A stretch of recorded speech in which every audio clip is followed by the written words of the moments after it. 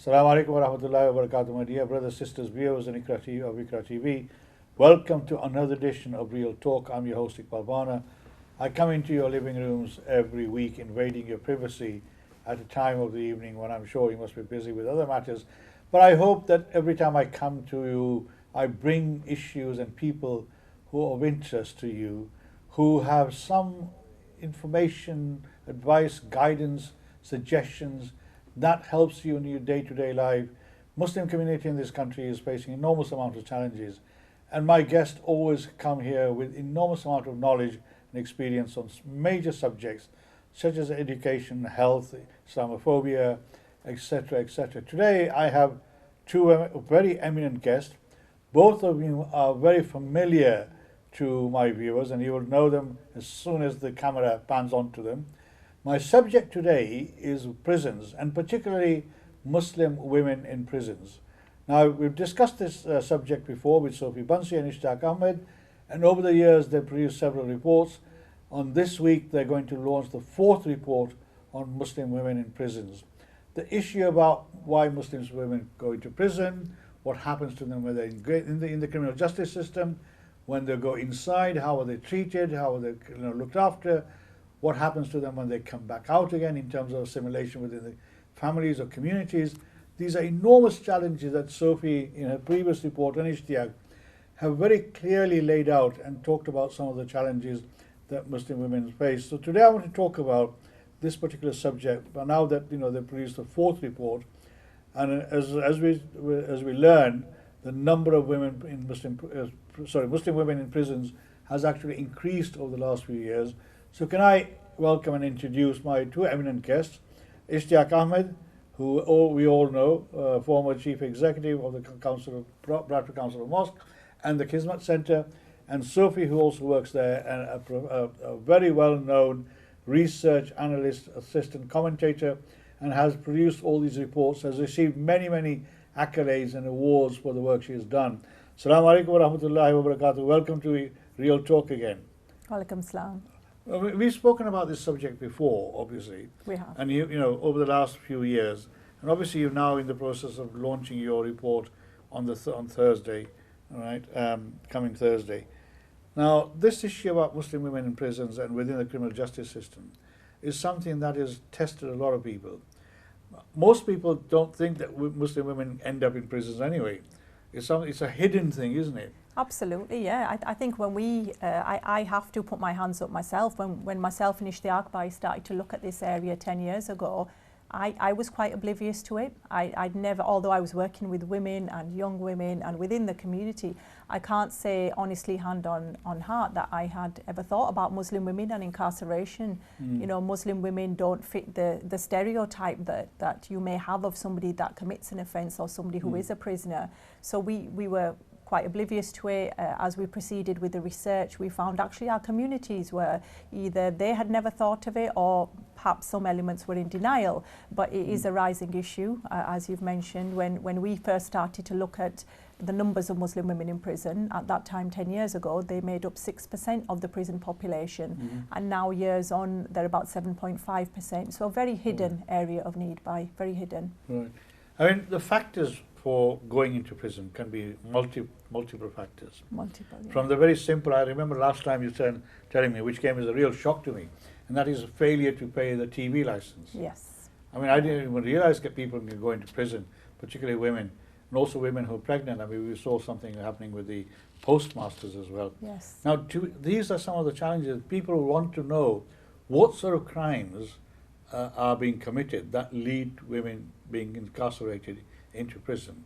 Are they low-level crimes or serious crimes? Now, we know every community has issues within their families and within their structure, but just to try and get a broad picture, that might be helpful, please. I think when you do mention, and in my past when I've mentioned I work with Muslim women, people then, because it comes as a shock to them, think that automatically it's something quite heinous that woman has done, and it's absolutely not. Our research pieces over the years, the 4 pieces we've conducted, really demonstrate they can range from very low level crimes such as shoplifting, not paying a TV license, minor indiscretions, to then more complex crimes that are rooted in the difficult backgrounds that many women have had. So unfortunately, we've picked up in our research what led to the incarceration, what were the drivers, that some of these Muslim women have had difficult paths, and issues such as domestic violence or coercion may have played a role, led them into the criminal justice system, and then actually not having any familiarity with the police to be able to defend yourself or to disclose safely, which may result in a community sentence rather than a prison sentence, and not being aware of how the system works or asking for a pre-sentence report means that many of them have failed. And then of course we know about the disproportionate sentencing of Black, Asian, minority ethnic women, which was well highlighted by David Lammy, MP David Lammy's review into disproportionate sentencing. So unfortunately, yes, the drivers are very minimal misdemeanors to sometimes more complex misdemeanors, and we found in our report that there's no blanket approach to, there's no one offence. If there is, unfortunately, the crime that is highlighted is sisters who are involved in drugs charges where there is also a man involved. Right, okay. Codies. Right, okay. So, I mean, we'll come back to that. Ishtiaq, being a chair of the Council of Mosques, Chief Executive Council of Mosques, being a very, as everybody knows who watches this program regularly, a highly respected, regarded community activist, champion for equality and diversity. I mean, this is an issue that you've been very closely working with Sophie as well.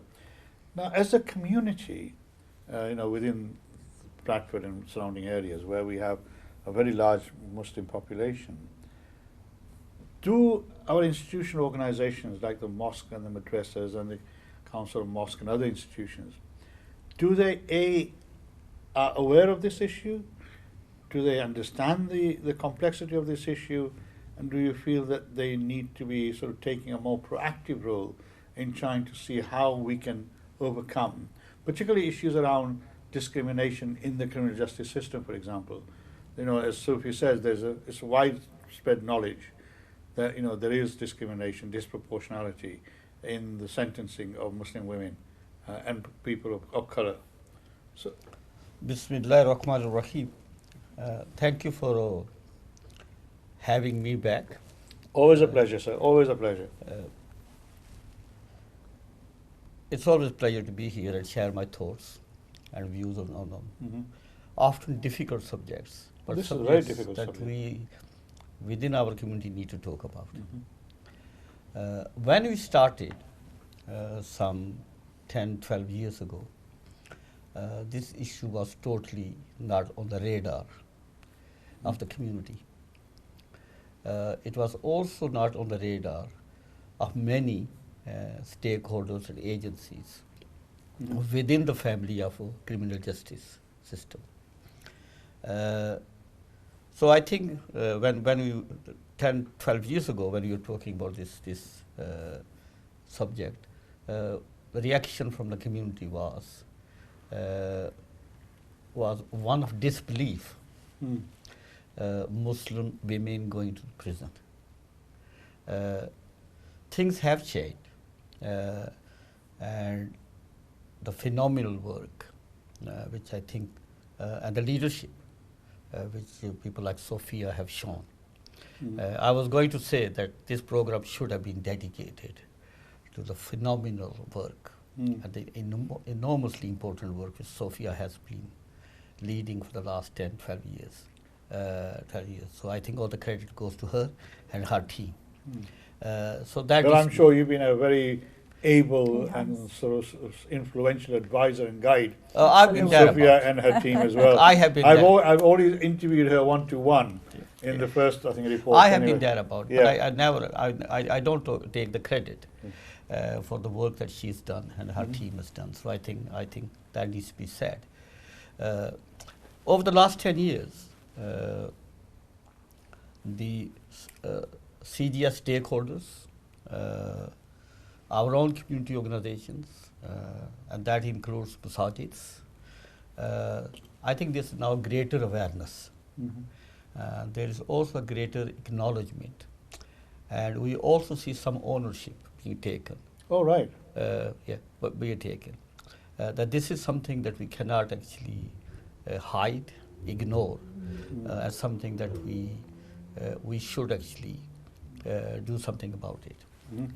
So I think we have seen a kind of a shift in the culture and the mindset of our community organizations, and particularly I think we have been actually supported by some of the most prominent muftis and ulamas, and they have acknowledged and commended the work that our team is doing. So I think that's important. I need to actually put that on. That. I mean, just are you able to give us a brief idea of how this Islamic support, from the muftis and others, has actually translated itself into action?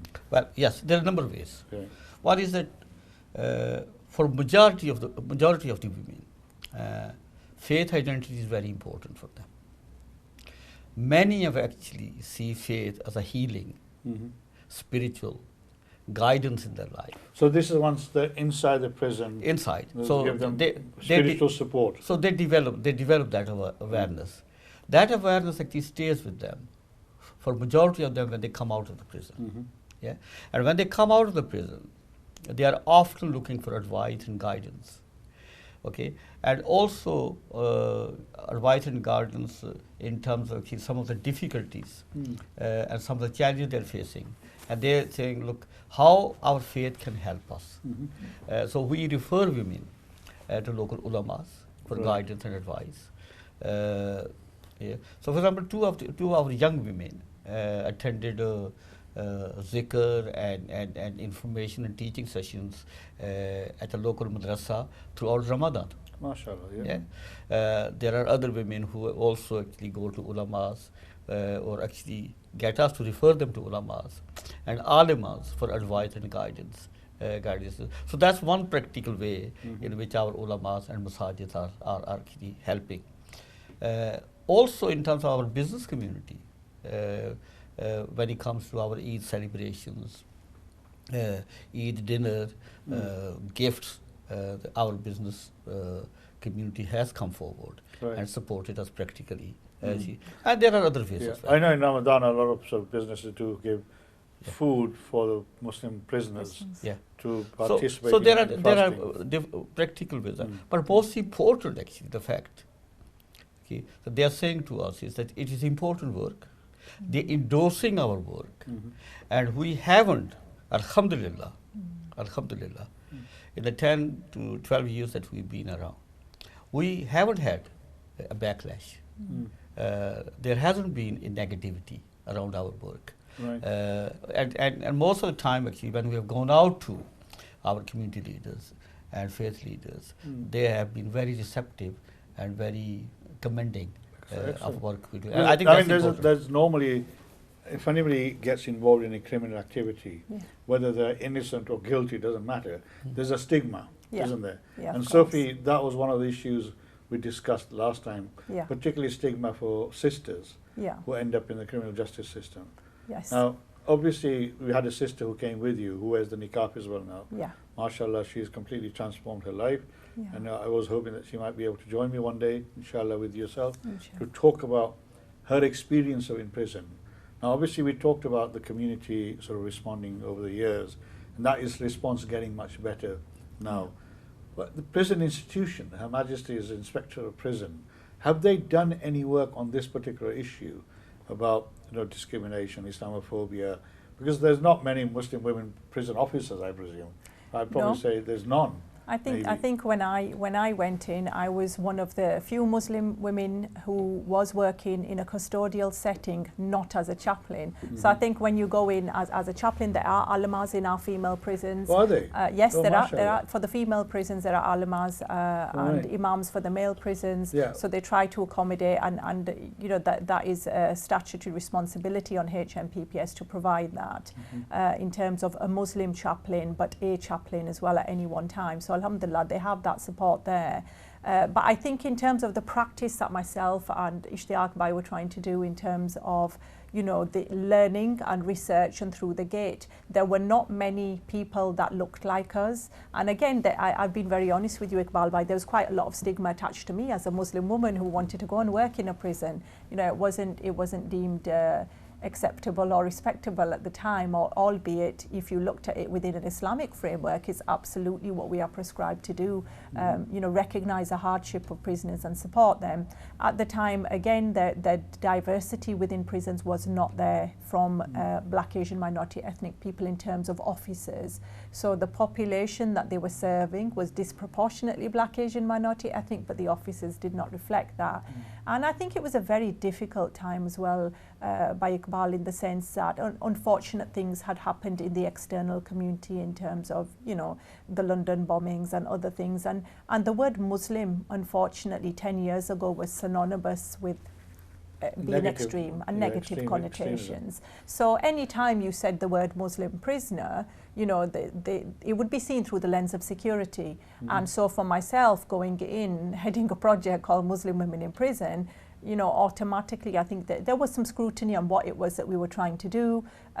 It was difficult, and it's taken many years to avail the understanding of the system, but the sympathy of the system, to say, actually, we're very balanced as a community. Our practitioners are very balanced. We're not here to say anything extreme or radical, but these are the real life journeys of these women. A lot of the challenges that they face, Iqbal, are cultural challenges, are patriarchal challenges rather than Islamic challenges. So it was very complex, dissecting all those different strands and saying, actually, this is what Islam says. You know, Islam says you have a right to be forgiven. If you seek forgiveness, you will, inshallah, be granted that. Sure. You do get a second chance. You know, you don't, as a woman, you don't have to carry this disproportionate stigma that you've spoken about. Unfortunately, for some reason, the stigma attached to a Muslim woman who goes to prison is much more pronounced than a Muslim man. I mean, some young men unfortunately see going in prison as a badge of honour, Yes. don't they? I mean, you know, they see that as a badge of honour. And we've seen some of the after effects of that. But I mean, coming back to the prison institution itself, over the last 10 years working with them, Yeah. you know, I mean, I'm sure you must have seen some shift in their Yes. attitude towards the work that you're doing. Yeah, I think there has been a clear shift in the sense of, look, this initiative is Muslim community led. We've worked extremely hard to articulate and put on the radar, in a format where we've written reports, we have sat panels. You know, currently I sit on the external scrutiny for HMPPS and Ministry of Justice. Right. So we worked extremely hard at every level to be able to convey the challenges impacting, but some of the drivers to Muslim women coming through the system. We have a very active lived experience sisters group, so women that have come through the prison who also work with the system. Right. And I have to say, yes, of course, now when in 2024 the race action plans are being developed, and there's more of a push as a society for us to better understand the needs of women. So alhamdulillah, it's been 10 very long years of pushing at the system, but yes, we do see some progress. We see an acceptability, and the Muslim Women in Prison Project brand is recognised nationally, and I believe this is why we're at the stage where we are sat today, where we're launching the 4th report, but also for the first time ever we're launching a film into the experience of Muslim women. Right. We're hoping to show that film at some stage, or Inshallah. part of that film. Can I just add to what Go on. Sophia is saying, that when you started the journey, racism, resulting discrimination was acknowledged. But discrimination based on faith and Islamophobia was actually not acknowledged by any of the institutions. The significance of faith as a healing mechanism for Muslim women was not understood, not acknowledged, and not actually catered, provided for. Yeah. What we are seeing now, that all the action plans and all the strategies that are being developed by different institutions, faith is actually there now. Faith is Right. being acknowledged. It's one of the key components. Absolutely, absolutely. Right. And there's a recognition, yeah, for Muslims, and particularly Muslim women. Faith can be a very positive catalyst. Just with men, there's this notion that when they go into prison and they start learning more about Islam, they become radicalized. This is a notion that has been developed in this country. Do we have any similar issues with Muslim women? Is there sort of some sort of parallel thinking within the system? I think we're there in the system to educate. So there are instances that I've come across, and if you could take into consideration, Iqbal, by the journey of women, and when we talk about stigma, stigma has ramifications. So sometimes, unfortunately, when sisters are incarcerated, family members may choose to withdraw because we've written about this in our report. There's a transference of stigma. So especially, I believe some of the male members are particularly discouraged when sisters go in. They take that quite personally because they're supposed to be the custodians of the family. So if their daughter or their wife or their sister has offended, and you know, ultimately as a head of the household, sometimes they can say, look, we don't want to go and visit her. Perhaps we don't want anything to do with her. Now, in that instance, when a woman is feeling quite lonely and isolated, she's in a system that she doesn't understand. She's living, you know, with communities she's never lived with in prison. You know, automatically that woman will look for solace. She'll look for encouragement, and that is possibly where I've seen it the most. They'll turn towards their faith. So when they pray and they become more steadfast, yes, I have seen that mistranslated sometimes in the system, where people think, oh, is she becoming radical, she's too extreme, she's praying 5 times a day, and where you have to then translate and say, well, actually this is part of her daily obligations. So rehabilitation, as Istiaq says, in a way. And that's where she seeks her solace and her forgiveness, because whether or not family or community will forgive, inshallah, Allah Ta'ala says, you know, you pray and you seek my forgiveness and I will. So there's a lot of strength and support that Muslim sisters gain from their faith. And sometimes when you're an outsider and you're the spectator, that may be mistranslated. So projects like ours are there to actually explain and dissect. Actually, this is what's happening here. In the bigger picture, you know, this woman needs this support and this solace because she may not have those other support structures around her. So yes, there is that. But also, I think because the Muslim women compared to the male brothers are smaller in numbers as well, you know, it's the dynamic's slightly different as well. I mean, that's very interesting. I was going to ask about family, and I'm going to come back to that. We're going to be going for a very short break, inshallah. As I keep saying to you, you know, we're going for a break. Enjoy your tea, coffee, faluda, whatever it is that you enjoy. We'll be back with you soon. So far, this discussion for me has been fascinating and really enlivening in terms of educating myself. And I'm sure there are many, many people out there who'll be wondering, you know, what is the next stage and the next step, and how the community responds. Particularly families, as Sophie says, sometimes families ostracize members, you know, who are involved in criminal activity. And why do they distinguish between a female and a male when they go into prison? And this is some of the things I want to talk to my guest about. So thank you very much. See you soon. Assalamu alaikum wa rahmatullahi wa barakatuh.